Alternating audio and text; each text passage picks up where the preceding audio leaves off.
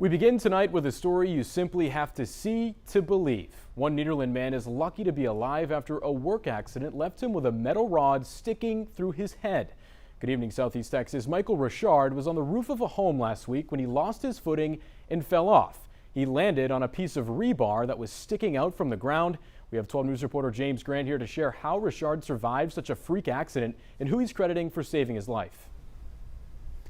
Cam, Michael Richard has painted for over 30 years. He said he had just started working again after a double hernia surgery. Now, after Wednesday's accident, he's going back into recovery. And before we show this story, a warning that some of the images are graphic.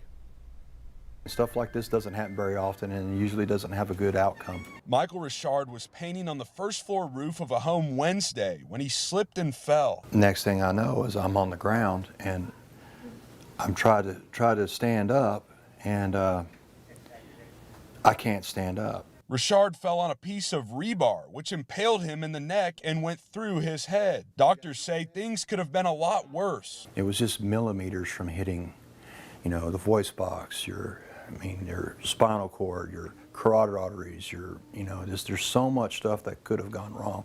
It didn't even penetrate my skull. Paramedic Ashley Thomason treated Richard on the way to the hospital. We can train for this all day long. It's just like almost 20 years for me, and I've never seen anything like this, and I probably never will again. First responders used a bolt cutter to cut the rebar before loading Richard onto a stretcher. Thomason says in a situation like this, every second matters. The biggest thing was keeping him calm, stabilizing his neck, and just getting him to the closest trauma center so they could take over from there. And that's what we did. Richard was rushed to Chris's St. Elizabeth and went straight into surgery. Within an hour, I'd say hour and a half of the first sticking through my neck, I was out of surgery and in recovery. Richard feels lucky to be alive and says his injury gives him a new perspective on life. Life's short, You need to tell people that you love them all the time, that you love them every day.